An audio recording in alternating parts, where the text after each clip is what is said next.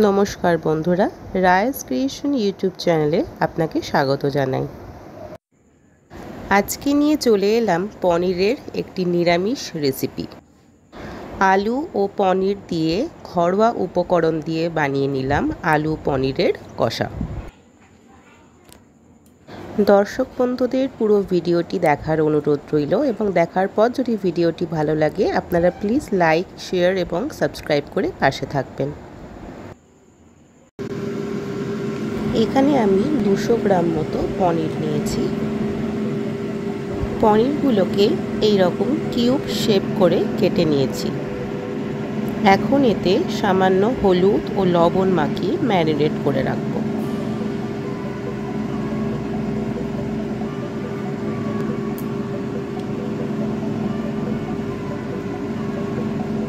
পাঁচ থেকে 6 minute marinate করে রাখলেই হবে। কড়াইতে আমি 2 চামচ তেল নিয়ে নিয়েছি। এখন এই তেলে আমি একে একে পনির টুকরোগুলো ভেজে নেব। খুব বেশি লাল করে ভাজার দরকার নেই, সামান্য হালকা হলুদ ভাজলেই চলবে। একটা মিডিয়াম সাইজের আলুকে আমরা ঠিক এইভাবে কেটে নেব। যেই তেলে আমরা পনির ভেজে তুললাম সেই তেলেই আমরা আলুর টুকরোগুলো ভেজে নিচ্ছি।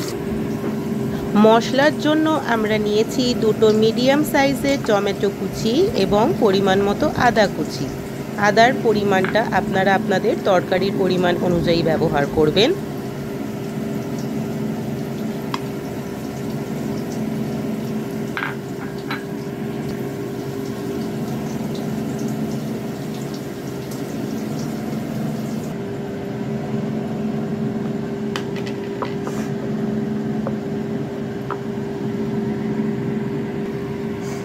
এরপর আর একটা মশলার পেস্ট আমরা তৈরি করব। এতে দেব 10 থেকে 12টা কাজু বাদাম, পোস্ত এবং কাঁচা লঙ্কা।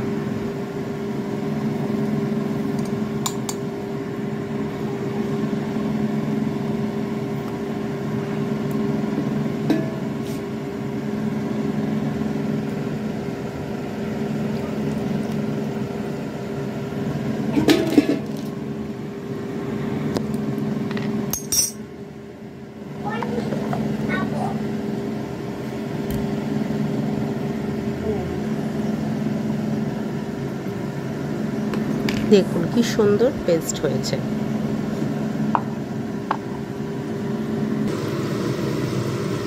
আলুগুলো প্রায় ভাজা হয়ে এসেছে। এখন আমি একে একে আলুগুলো তুলে নিচ্ছি।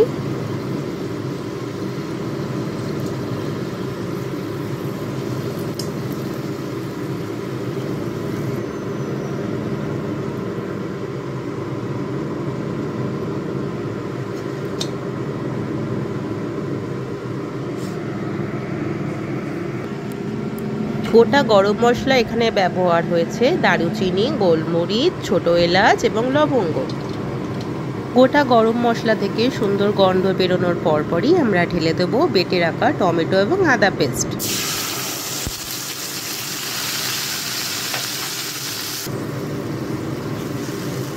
এরপর বেশ খানিকক্ষণ ধরে আমরা টমেটো এবং আদা পেস্টটা কষিয়ে নেব। আদা ও টমেটো বাটার কাঁচা গন্ধটা চলে যাবার পরই আমরা একে একে দেব জিরে গুঁড়ো 1 চামচ, কাশ্মীরি লঙ্কার গুঁড়ো 1 চামচ, স্বাদ মতো লবণ ও চিনি।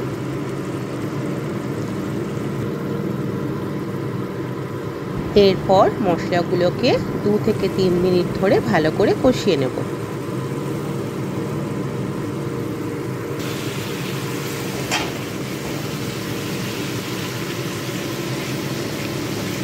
দেখবেন আস্তে আস্তে কি সুন্দর তেলটা ছেড়ে দিয়েছে।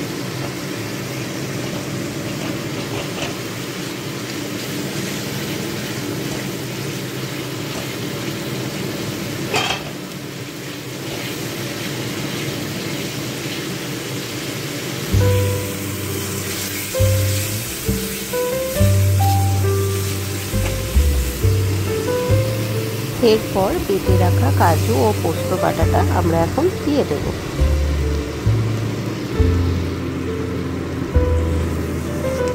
আরও আরও একবার ভালো করে কষিয়ে নেব। গ্যাসের আঁচ কম করেই আমি রান্নাটা করেছি।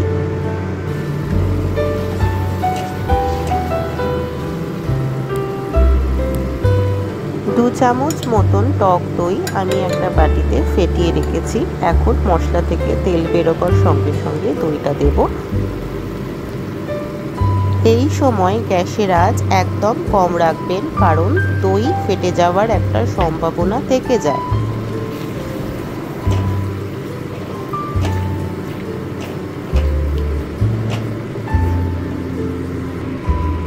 মশলাটা ভালো করে কষিয়ে নিয়ে আমি এবার চাপা দিয়ে রাখবো। 2 থেকে 3 মিনিট আমি চাপা দিয়ে রাখবো গ্যাসের আঁচ কমিয়ে দিয়ে।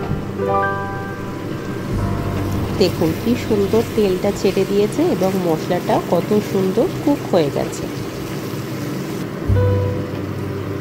ভেজে রাখা পনির ও আলু আমি এখন মশলার মধ্যে দিয়ে দিচ্ছি এবং ভালো করে কষিয়ে নিচ্ছি।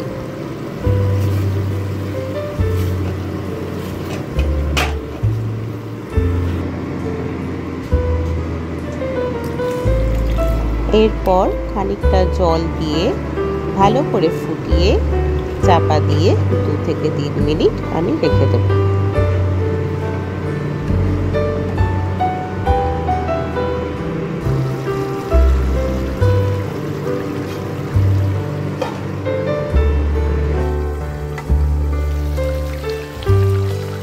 খুব সুন্দর একটা গন্ধ বেরিয়েছে।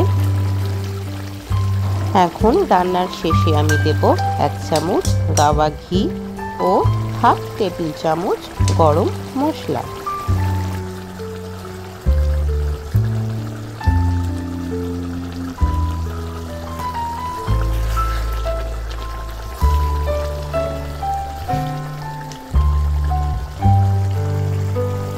ব্যাস তৈরি হয়ে গেছে আলু ও পনির দিয়ে কষা নিরামিষ রেসিপি।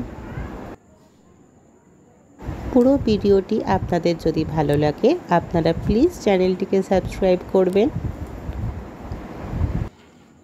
লাইক করবেন এবং বন্ধুদের সাথে শেয়ার করবেন এবং কমেন্টে জানাতে ভুলবেন না আমার এই নিরামিষ আলু পনির কষা আপনাদের কেমন লাগলো। ধন্যবাদ।